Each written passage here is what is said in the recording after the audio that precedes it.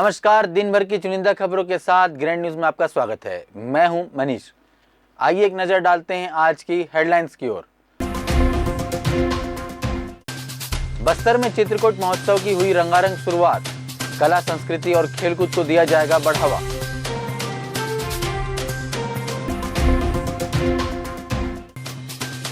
स्वास्थ्य मंत्री टीएस सिंहदेव पहुंचे बस्तर। कांग्रेसियों ने गर्मजोशी से स्वागत किया।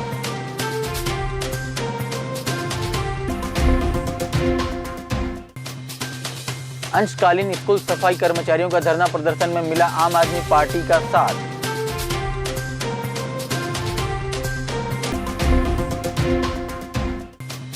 और भाजपा कार्यकर्ताओं की हत्याओं के विरोध में 16 फरवरी को भाजपा करेगी संभाग स्तरीय धरना प्रदर्शन व आईजी कार्यालय का घेराव। देखते हैं अब खबरें विस्तार से। स्वास्थ्य मंत्री टीएस सिंहदेव पहुंचे बस्तर। मां दंतेश्वरी एयरपोर्ट पर बड़ी संख्या में कांग्रेसियों ने गर्मजोशी से स्वागत किया। नारायणपुर के विधायक चंदन कश्यप, पूर्व महापौर जतिन जायसवाल सहित बड़ी संख्या में महिला कांग्रेस कार्यकर्ता व कांग्रेसी मौके पर मौजूद रहे। स्वास्थ्य मंत्री टीएस सिंहदेव स्वास्थ्य विभाग की समीक्षा बैठक कर स्वास्थ्य मंत्री श्री टीएस सिंहदेव ने किया निर्माणाधीन सुपर स्पेशलिटी हॉस्पिटल का निरीक्षण। उन्होंने निर्माण की जा रही हॉस्पिटल की सुविधाओं और व्यवस्थाओं का निर्माण चार्ट पर जानकारी ली। निर्माण कार्य को समय सीमा में पूर्ण करने के निर्देश दिए। इस अवसर पर सचिव स्वास्थ्य एवं चिकित्सा शिक्षा विभाग प्रसन्ना आर, संचालक चिकित्सा डॉक्टर विष्णु दत्त, जिले के स्वास्थ्य विभाग के अधिकारी और मेडिकल कॉलेज के डीन डॉक्टर पेकरा सहित अन्य अधिकारी उपस्थित थे। सीधी भर्ती भी हम लोगों ने ओपन रखा है, वॉक इन इंटरव्यू भी कर रहे हैं संविदा में लेने के लिए, और बॉन्डेड डॉक्टर्स जैसे पास होकर आ रहे हैं, ऐसे ही इलाकों में प्रायोरिटी है। बस्तर जिला के निजी स्कूल संचालकों के द्वारा शिक्षा विभाग के दफ्तर जाकर अपना विरोध प्रकट किया। यह विरोध प्रदर्शन 4 दिनों तक चलेगा। आज विरोध प्रदर्शन के तहत शिक्षा विभाग के अधिकारी को गुलाब फूल भेंट किया गया। विरोध प्रकट करने के कारण यह है कि शिक्षा विभाग के द्वारा शिक्षा के अधिकार अधिनियम RTE के तहत प्रदेश के निजी स्कूलों में स्कूल शिक्षा विभाग के अधिकारियों ने वर्ष 2019 से अब तक लाखों छात्रों को प्रवेश दिलाया और उनकी पढ़ाई करवाई, लेकिन 2019 से अब तक स्कूलों को RTE राशि का भुगतान नहीं किया गया है। इसे नाराज होकर निजी स्कूल संचालक उनके खिलाफ 4 दिन प्रदर्शन करेंगे। पहले दिन 14 फरवरी को अधिकारियों को गुलाब का फूल देंगे। वहीं अंतिम दिन 17 फरवरी को नगाड़ा बजाकर प्रदर्शन करेंगे। 15 और 16 फरवरी को प्रदेश के सभी स्कूलों के स्कूल प्रबंधक, स्टाफ एवं टीचर काली पट्टी लगाकर अपने कार्य संपादित करेंगे। और इसके बारे में अधिक जानकारी देते हुए सक्सेस कॉन्वेंट के प्राचार्य एवं प्रदेश सचिव नीलोत्पल दत्ता ने जानकारी दी। RTE के अंतर्गत 2010 से पूरे प्रदेश में हम निजी स्कूल वाले अपने 25% सीटों को वंचित वर्गों के बच्चों के लिए आरक्षित रखते हैं, जो कि एक बेहतरीन योजना है। और हम लोग अपने उस 25% सीट के विरुद्ध कोई भी दूसरे बच्चों को उसमें नहीं रखते हैं। इस 25% बच्चों का सिलेक्शन सरकार करके हमको देती है, न कि हम अपने मनमानी ढंग से इसको लेते हैं। अब सरकार इन बच्चों को दे दी, उसके एवज में सरकार हमको 7,000 रुपये प्रति वर्ष देती है। हम लोग का कहना ये है, सभी प्रदेश के निजी स्कूल संचालकों के मन में ये प्रश्न जरूर है कि सरकार अपने सरकारी स्कूलों के बच्चों के लिए करीब करीब प्रति वर्ष एक बच्चों के पीछे 50 से 60,000 रुपये तक खर्च करती है। एक स्कूल में 30 से 40 बच्चे होते हैं और 2 शिक्षक होते हैं। उस हिसाब से आप लोग हिसाब लगाओगे तो 50-60,000 ही बैठता है, और हम लोग को 7,000 रुपये देती है। चलो ठीक है, हम 7,000 रुपये भी ले लेंगे, लेकिन उसको एक निश्चित समय सीमा में एक एकेडमिक वर्ष खत्म होने से पहले मिल जाए तो सभी स्कूलों को एक सहूलियत होगी। तो सरकार से हम लोग ये मांग करते हैं कि 2019 से बहुत सारे स्कूलों को ये पैसा लंबित है। पूरे प्रदेश में ऐसे स्कूलों की संख्या करीब करीब 900 है और रकम करीब करीब 400 करोड़ रुपए है, जो पैसा जारी हो चुकी है। जब हम लोग DPI से संपर्क करते हैं तो DPI वाले बोलते हैं कि ये पैसा समग्र शिक्षा वाले देंगे, और समग्र शिक्षा वाले बोलते हैं कि ये पैसा DPI वाले देंगे। हम लोग एक फुटबॉल की तरह इधर उधर हो रहे हैं। तो हमारा सरकार से एक निवेदन है कि प्लीज़ इस पैसे को जल्दी से जल्द रिलीज़ कीजिए, और वर्तमान सत्र में भी जो हमारी रकम है उसको भी जल्द जारी करें, ताकि सभी स्कूलों का माली हालत, आप जानते ही हो कोरोना के बाद क्या किस हालत में हम लोग पहुँच चुके हैं।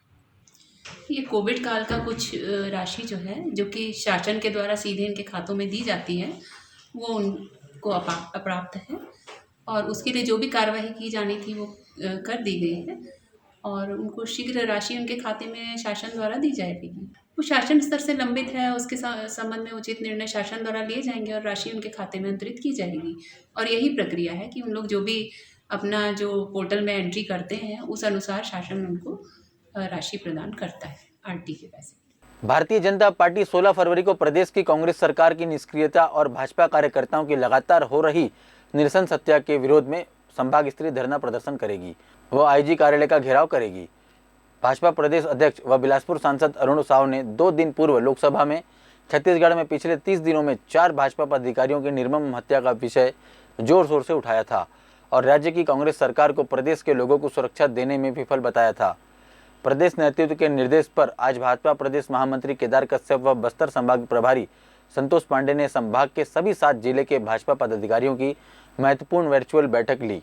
16 फरवरी को होने वाले विरोध प्रदर्शन पर विस्तार से चर्चा कर आवश्यक तैयारियों के लिए निर्देशित किया।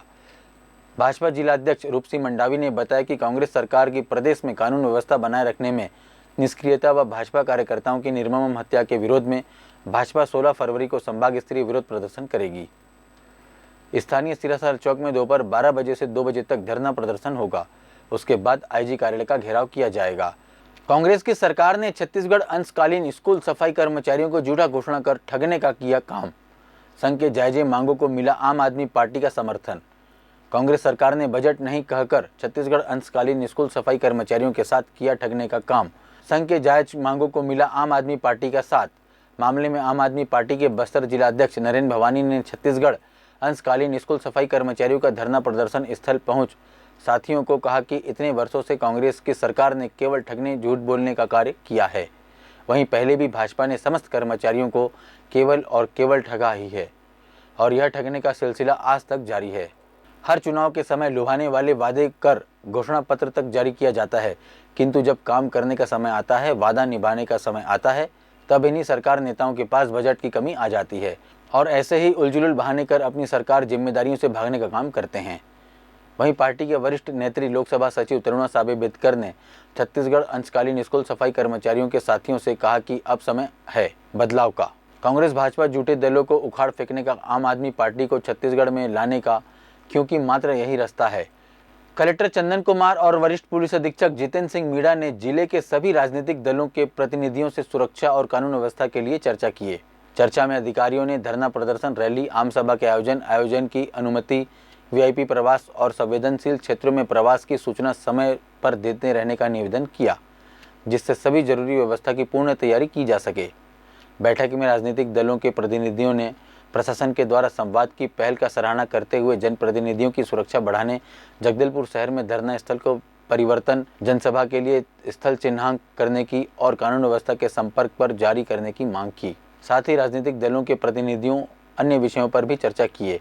इस अवसर पर अतिरिक्त पुलिस अधीक्षक निवेदिता पॉल, अपर कलेक्टर हरीश मंडावी, अतिरिक्त पुलिस अधीक्षक नक्सल योगेश देवांगन, एसडीएम जगदलपुर नंद चौबे, सीएसपी विकास कुमार सहित सभी राजनीतिक दलों के प्रतिनिधि उपस्थित थे। एक सुरक्षा खतरा आंकलन के एक मापदंड होते हैं, उसी हिसाब से बस्तर संभाग के अंतर्गत कई जनप्रतिनिधि जिनको Z+ सुरक्षा कैटेगरी उपलब्ध कराई गया है, कई लोग को Z कैटेगरी XY इस टाइप का जो श्रेणी उनको उपलब्ध की गए थे। इसके अलावा जो अन्य जो जनप्रतिनिधि जिसका पॉलिटिकल कार्यक्रम के लिए उनके आंदोलन क्षेत्र में भ्रमण होते हैं, उसके लिए भी हम लोग रोड ओपनिंग, अन्य जो सिक्योरिटी जो इसका व्यवस्था जो की जाने है, बंदोबस्त की जाने, तो उसको भी हम उपलब्ध कराते हैं। इस पर सुरक्षात्मक कारण से हम एग्जैक्ट हम संख्या का खुलासा नहीं कर सकता, लेकिन क्षेत्र में हमारे पास स्थानीय बल एवं अन्य जितना केंद्रीय सैन्य बल तैनात है, इन सब व्यवस्था को लेकर हम लोग लगातार जो क्षेत्र की जनता को भी सुरक्षित करने के साथ साथ जो अन्य जो पॉलिटिकल कार्यक्रम होते हैं उसका भी कार्यक्रम व्यवस्थित और सुरक्षित करने के लिए काम किए जाते हैं। कलेक्टर चंदन कुमार ने लंबित राजस्व प्रकरणों के शीघ्र निराकरण पर जोर देते हुए प्रति सप्ताह कम से कम 3 दिन राजस्व न्यायालयों में सुनवाई करने के निर्देश दिए। इसके साथ ही बड़े संस्थानों से प्राथमिकता के साथ वसूली करने के भी निर्देश दिए। जाति प्रमाण पत्र जारी करने में अनुविभाग स्तर पर लंबित प्रकरणों का निराकरण में प्रगति लाने के निर्देश दिए। कलेक्टर ने मंगलवार को जिला कार्यालय में प्रेरणा सभा कक्ष में समय सीमा की बैठक में विकास कार्यों की समीक्षा के दौरान यह निर्देश दिए। बैठक में जल जीवन मिशन की प्रगति की समीक्षा करते हुए उन्होंने टेंडर व्यवस्था पर चर्चा की और कार्य में गति लाने के निर्देश दिए। इस अवसर पर जिला पंचायत के मुख्य कार्यपालन अधिकारी प्रकाश सर्वे, वन मंडलाधिकारी डीपी साहू, अपर कलेक्टर हरीश मंडावी सहित सभी जिला स्तरीय अधिकारी उपस्थित थे। मोर अधिकार योजना के तहत प्रधानमंत्री आवास योजना से वंचित हितग्राहियों के हित में नगर मंडल भाजपा अध्यक्ष सुरेश गुप्ता के नेतृत्व में जगदलपुर नगर पालिका निगम में स्थित छत्रपति शिवाजी एवं महाराणा प्रताप वार्ड में नुक्कड़ सभाएं की एवं स्टॉल लगाकर वंचित हितग्राहियों से फॉर्म भरवाए एवं उनकी मांगों को लेकर विधायक निवास 22 फरवरी को घेरने की पूरी तैयारी कर ली है। नेता प्रतिपक्ष संजय पांडे ने कहा, जगदलपुर नगर निगम में स्थित 48 वार्डों में हजारों की संख्या में वंचितों ने एवं जिनका अल्प भुगतान हुआ है ऐसे लोगों के फॉर्म भराकर छत्रपति शिवाजी एवं महाराणा प्रताप वार्ड के लगभग 600 से अधिक हितग्राहियों जो अपने अधिकारों के लिए प्रदेश की कांग्रेस सरकार से ठगे गए हैं, उनमें राज्य सरकार को लेकर व्यापक जन आक्रोश है।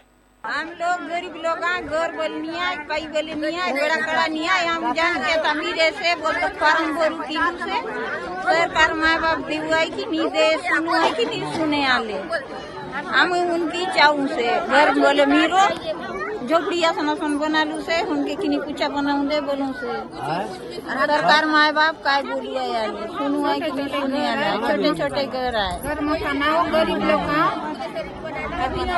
हम यहाँ पे हमारा मकान बहुत दिन से नहीं बना है और 2-3 बार हम लोग मतलब कांग्रेस वाले आके बोल के लेके फार्म भर के ले गए और चले गए, कुछ नहीं किए। न हमें लेटरिन का सुविधा बन रहा है, भाजपा का सरकार था तो हमें लेटरिन वोटरिंग हर सुविधा थी और ये इसमें कुछ एक बार पार्षद भी देखने के लिए नहीं आई।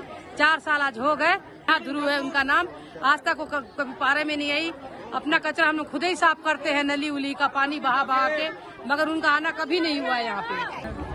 एक सामूहिक 2 वार्ड मिला के कार्यक्रम रखा गया है और मोर अधिकार प्रधानमंत्री आवास योजना जो प्रधानमंत्री हमारे सम्मानीय नरेंद्र भाई मोदी जी का सपना था 2024 में प्रत्येक हितग्राही को मकान मिलना चाहिए। उनका एक सपना था कि हर गरीब आदमी के पास एक मकान होना चाहिए, जो कि आज विगत 4 वर्षों से छत्तीसगढ़ में कांग्रेस की सरकार आके बैठी हुई है और सारा मकान का काम उन्होंने रोक दिया। उन्होंने राज्यांश देना बंद कर दिया और आज 12 लाख हितग्राही मकान से वंचित रह गए हैं। हम भारतीय जनता पार्टी हम मोर अधिकार मोर मकान के तहत भूपेश बघेल को ये बताना चाहते हैं कि छत्तीसगढ़ का राज्यांश कहाँ है और इनका आपसे भीख नहीं मांग रहे हैं, इनका अधिकार है और आपको ये पूरा करना ही पड़ेगा। उनसे जवाब मांगेंगे। आज यहाँ पे सब जनता इकट्ठी हुई है, जरूरत पड़ेगा तो कलेक्टर को भी ज्ञापन देंगे। महाशिवरात्रि पर्व के अवसर पर भारत की न्यागरा कहे जाने वाले विश्व प्रसिद्ध चित्रकूट जलप्रपात के किनारे पर मंगलवार 14 फरवरी को 3 दिवसीय चित्रकूट महोत्सव का रंगारंग शुभारंभ हुआ। कार्यक्रम का शुभारंभ मां सरस्वती, मां दंतेश्वरी और छत्तीसगढ़ की महतारी छायाचित्र के समक्ष दीप प्रज्वलन के साथ किया गया। इस अवसर पर कार्यक्रम के मुख्य अतिथि के तौर पर उपस्थित प्रभारी मंत्री कवासी लखमा ने इस भव्य आयोजन के लिए बधाई देते हुए कहा कि चित्रकूट और बस्तर एक दूसरे के पर्याय बन गए हैं। देश विदेश में लोग बस्तर को चित्रकूट जैसे अद्भुत जलप्रपात के कारण पहचानते हैं। चित्रकूट में आयोजित यह महोत्सव बस्तर की जनजातीय संस्कृति को विश्व पटल पर पहुंचाने का एक सुनहरा अवसर है। उन्होंने कहा कि बस्तर की लोक संस्कृति सहज और सरल होने के साथ ही अत्यंत आकर्षक भी है, जिसे पूरे विश्व को परिचित कराने की आवश्यकता है। कार्यक्रम की अध्यक्षता कर रहे सांसद दीपक बैज ने कहा कि चित्रकूट महोत्सव बस्तर में लगातार 3 दिनों तक सांस्कृतिक कार्यक्रमों के साथ ही विभिन्न खेलकूद भी आयोजित किए जाएंगे, जिसमें पूरे संभाग के प्रतिभागी शामिल होंगे। बस्तर में पर्यटन के विकास का मूल उद्देश्य भी यह है कि स्थानीय युवाओं को अधिक से अधिक रोजगार प्राप्त हो। कार्यक्रम में स्वागत उद्बोधन कलेक्टर चंदन कुमार द्वारा किया गया तथा जिला पंचायत के मुख्य कार्यपालन अधिकारी प्रकाश सर्वे द्वारा आभार व्यक्त किया गया। महोत्सव के पहले दिन नारायणपुर के मांदरी नर्तक दल, जोड़ा तराई, गिदम के पुनेम सुंदरी नर्तक दल, बास्तानार के गौर सिंह नर्तक, दरभा के लेजा परप नर्तक, कॉमेडियन रविंद्र जानी द्वारा कार्यक्रम प्रस्तुत किए गए।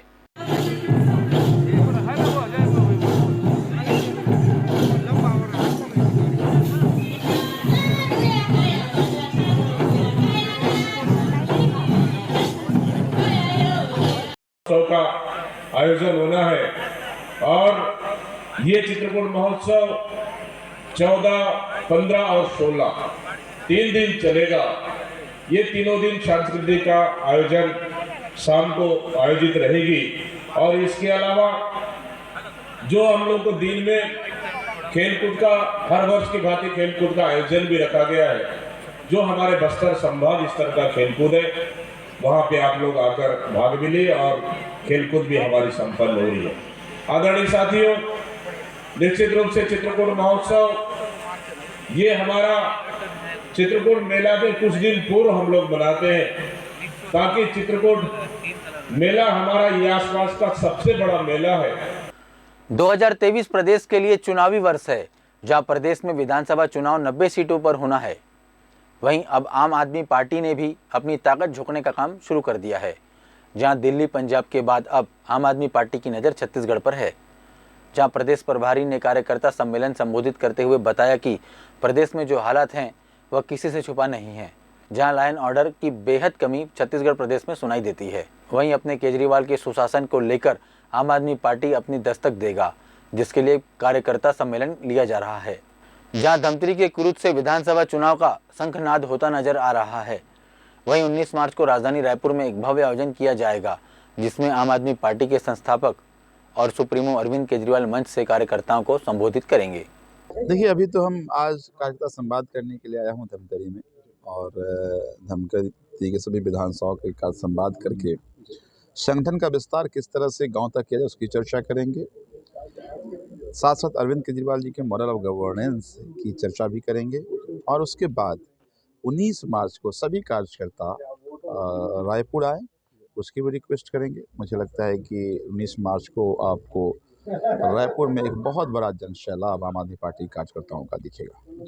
कौन कौन शामिल होंगे सर इसमें? हाँ, उसमें अरविंद केजरीवाल जी होंगे, फिर गोपाल राय जी हमारे चुनाव प्रभारी हैं, वो भी साथ में होंगे। संदीप पाठक जी सांसद हैं राज्यसभा के पंजाब से और छत्तीसगढ़ के ही रहने वाले हैं, और हमारे राष्ट्रीय संगठन मंत्री भी हैं। तो ये सब लोग यहाँ पर शामिल होंगे। किन मुद्दों को लेकर यहाँ पे चुनाव लड़ने से? देखिए, मुद्दे हैं, लोग बहुत परेशान हैं, लोग ठगा हुआ महसूस कर रहे हैं। स्कूल, हॉस्पिटल, किसान, बेरोजगार, सरकारी कॉन्ट्रैक्ट पे काम करने वाले कर्मचारी, कोई भी आदिवासी, आज सब परेशान है। कोई भी ऐसा सेक्शन नहीं है जो ये कह दे कि उससे फ़ायदा हुआ है। मुझे लगता है सब ठगा हुआ महसूस कर रहे हैं, और मुझे लगता है कि आम आदमी पार्टी की मुहिम अब उन सभी लोगों का एक मुहिम बनेगा। बीजेपी और कांग्रेस से ग्रैंड न्यूज़ में आज बस इतना ही। कल फिर आपसे मुलाकात होगी कुछ और ताज़ा तरीन खबरों के साथ। तब तक के लिए दीजिए इजाज़त। नमस्कार।